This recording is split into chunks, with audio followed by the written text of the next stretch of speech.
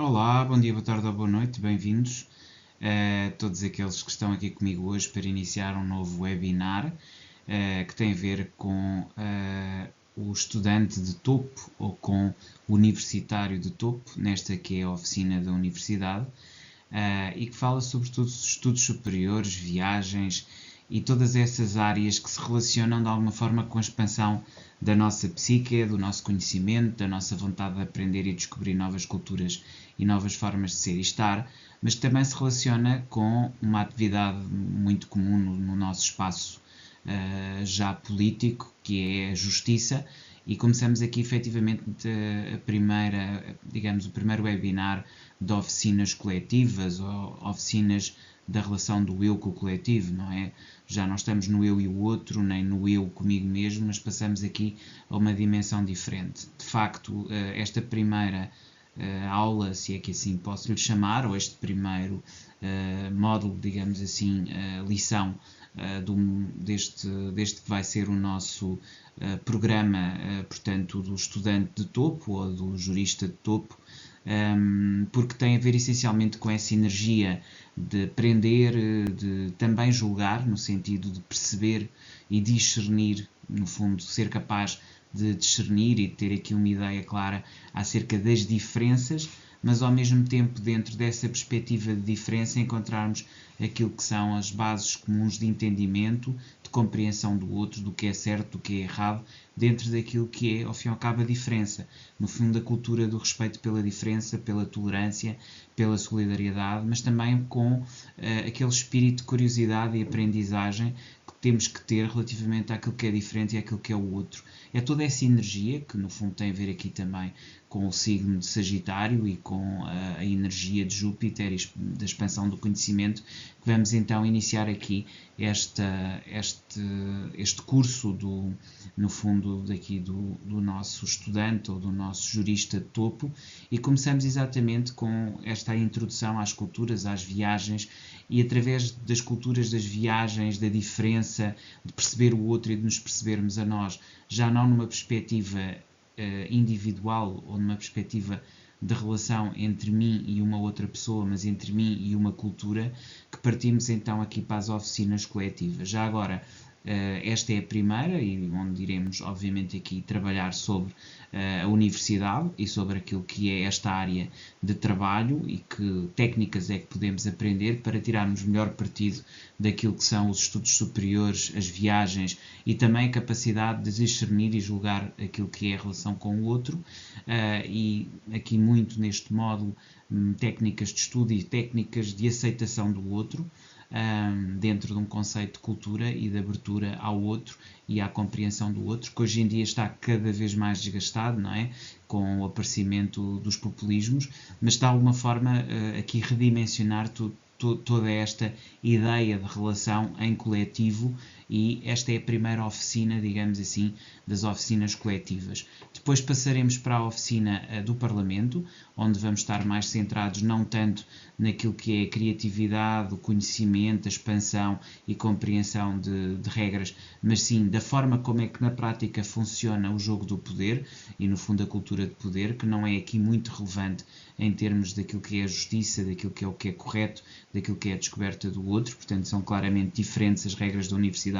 das regras do Parlamento. Aliás, facilmente percebemos que são duas organizações diferentes, mas igualmente relevantes e importantes na nossa sociedade. Depois o Grêmio, que serve obviamente para percebermos os sindicatos, as associações, mas também essencialmente aquilo que é o pensamento aquariano de transformação social e de modificação destas duas estruturas, da universidade e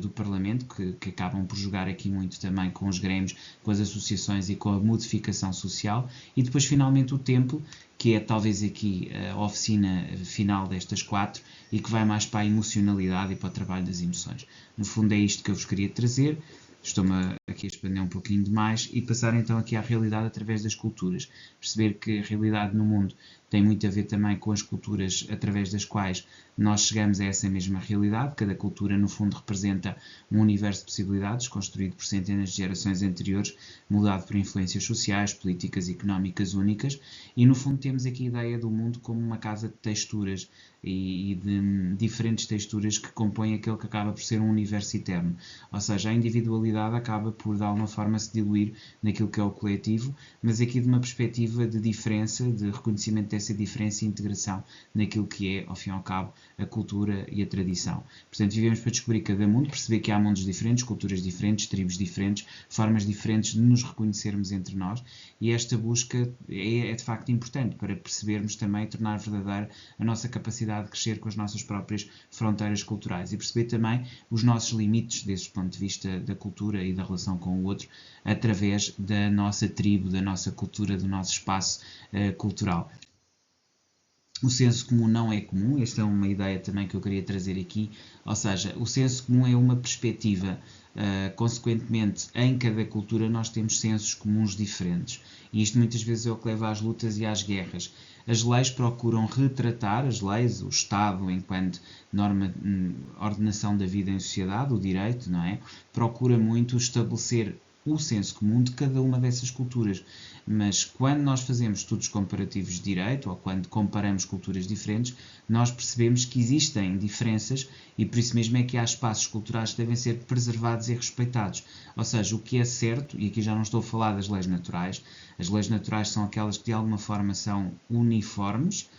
e que eu até diria que têm uma origem um pouco mais espiritual ou religiosa, porque são aquelas que são de alguma forma comuns a diferentes culturas, mas as que regem o dia-a-dia são diferentes porque também os hábitos, culturas e até o aspecto geográfico e meteorológico das diferentes regiões leva a soluções diferentes da relação. E é sobretudo este aspecto entre o que é de alguma forma imanente, fixo e que estrutura as sociedades e aquilo que muda consoante o tempo, as gerações e as relações e o espaço físico, que também é um espaço meteorológico e geográfico, que é aqui importante para nós percebermos exatamente isso, que esse senso comum, afinal de contas, e desconstruirmos exatamente essa ideia de que há um único senso comum, quando na verdade o senso comum tem muito a ver com isto, tem a ver com uma condição específica de uma determinada época. Evidentemente que se estamos numa fase de consumismo extremo, em que temos basicamente um tecnofeudalismo económico associado a uma algoritmocracia, de um ponto de vista do funcionamento político, é evidente que não podemos ter uma realidade idêntica àquilo que era uma realidade, diria eu, que teríamos, por exemplo, em 1789, quando tivemos mais ou menos perante uma nova transformação ou crise, ou aquilo que nós chamamos as revoluções industriais, em que tivemos uma estrutura social totalmente diferente. Ou seja, em que tínhamos um liberalismo económico e em que tínhamos, basicamente, uma política de divisão de poderes, quando surgiu, digamos assim, a primeira democracia moderna, que também não é propriamente uma democracia, digamos, individual ou de indivíduos, mas sim representativa, em que temos os representantes. Ou seja, tudo isto faz-nos efetivamente chegar à conclusão de que os sensos comuns das diferentes épocas, o common sense, foi alterando. O common sense da época vitoriana é muito diferente do common sense dos meados do século XX e diferente agora daquela que é o senso comum do século XXI. Portanto, este aspecto é muito importante. Portanto, a contextualização cultural, a relatividade de valores e a riqueza da diversidade.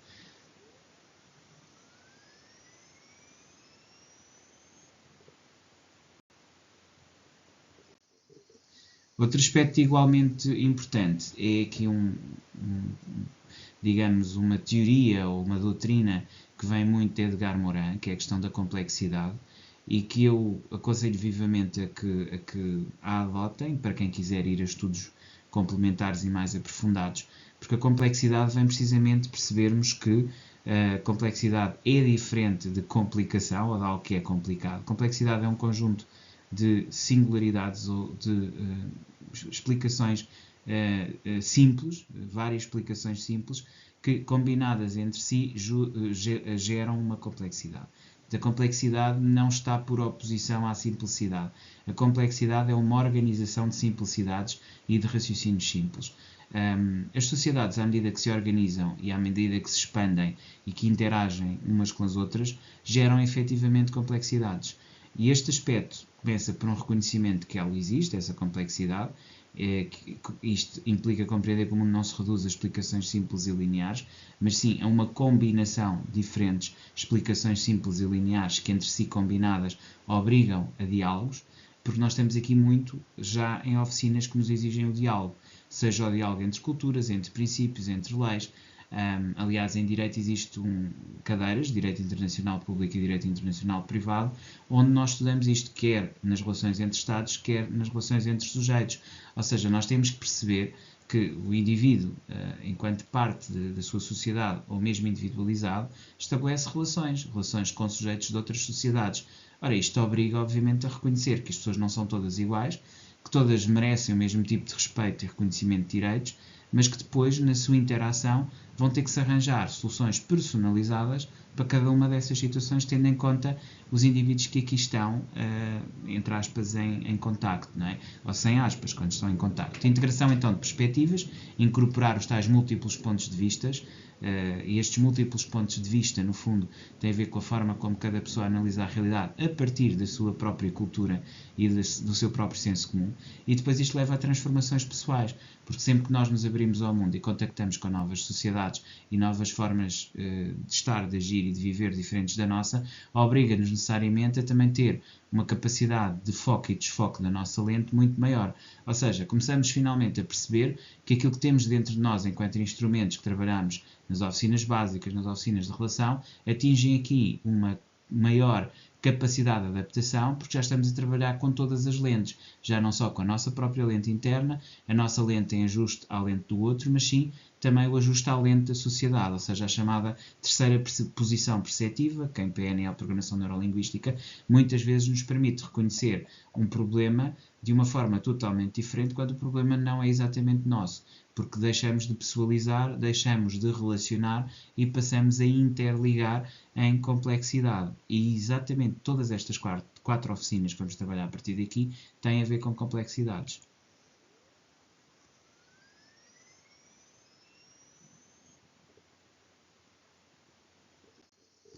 Passamos depois a falar de diplomacia, como compreensão cultural, perceber o conceito de exposição cultural, compreensão equilibrada, mediação cultural, ou seja, todas estas ideias e sensibilidades diferentes que nos aparecem aqui, que são importantes de trazer. Portanto, sensibilidade cultural permite-nos servir como pontos entre diferentes realidades, contribuindo para um mundo mais harmonioso e compreensivo. Portanto, existem valores universais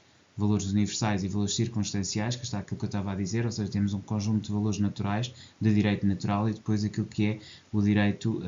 que acaba por ser circunstancial, ou seja, que resulta de cada uma dessas culturas. E é no equilíbrio entre aquilo que são direitos naturais e aquilo que são direitos positivos, ou positivismo, que encontramos esse equilíbrio. Portanto,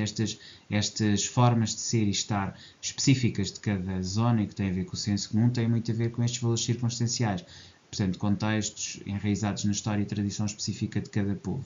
Portanto, discernir entre o universal e o circunstancial permite-nos navegar entre culturas com respeito e abertura, sem cair no relativismo nem no dogmatismo cultural. Ou seja, não dizer que tudo tem um valor relativo, porque, obviamente, a nossa cultura e o contexto onde estamos inseridos deve ser o nosso cerne de direção. Não estou aqui a defender que alguém que vive numa determinada cultura deve desafiar os padrões dessa cultura, mas se não pertence a essa cultura, evidentemente, necessariamente vai ter que fazer um processo de adaptação. Porquê? Porque ao ir a uma cultura diferente, terá que saber ler e estar presente nessa cultura. Porque é livre de voltar à sua cultura. Ou seja, aqui a ideia de que nós temos áreas de influência ou zonas onde estamos melhor e onde poderemos estar em desafio ou em detrimento, não é? Também é uma escolha nossa, não é? De alguma forma, mas perceber que existem valores que vão ser iguais em todas as áreas e dimensões nas quais estivermos, e estou a falar de dimensões geográficas, de estar em países diferentes, em culturas diferentes. Há valores universais, o tal direito natural, por exemplo, roubar, matar, são valores que vão ser sempre repudiados em todas as culturas. Em nenhuma cultura a corrupção, em nenhuma cultura a corrupção, a marginalidade, ou seja, a violação dos códigos dessa mesma cultura específica é aceite, não é? Portanto, roubar, matar, os tais valores fundamentais e desrespeitar no fundo o outro, tudo isso em todas as culturas é algo negativo. Agora, a forma como isso se faz, ou o que é considerado desrespeito ou violação à cultura, isso é que já difere. E isto tem muito a ver com o próprio desenvolvimento individual de cada uma dessas culturas, que depois a interligação acabam por estabelecer laços. E é muito esse aspecto que tem a ver com o excessivo relativismo, que é então aceitar tudo, ou o dogmatismo cultural, que é não aceitar nada. Então é estabelecer aqui pontos para o meio termo.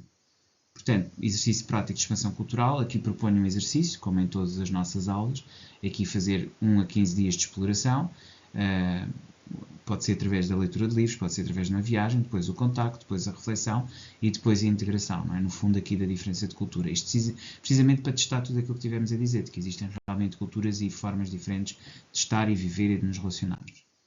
Transformação pessoal através do encontro cultural, ou seja, nós percebermos que ao sermos um estudante ou um jurista de topo, ao estudarmos e percebermos as diferenças de culturas, nós estamos aqui a ganhar também ferramentas e instrumentos que nos podem ajudar no dia a dia, desde logo a diplomacia, a tolerância, a capacidade de equilibrar e de criar soluções e, no fundo, sermos mediadores e criar, no fundo, soluções entre partes que estão contrapostas umas com as outras. Serve também para nós, dentro de nós, criarmos um conjunto de caixa de ferramentas com as quais podemos depois lidar com a realidade. Mas, quer estejamos numa perspectiva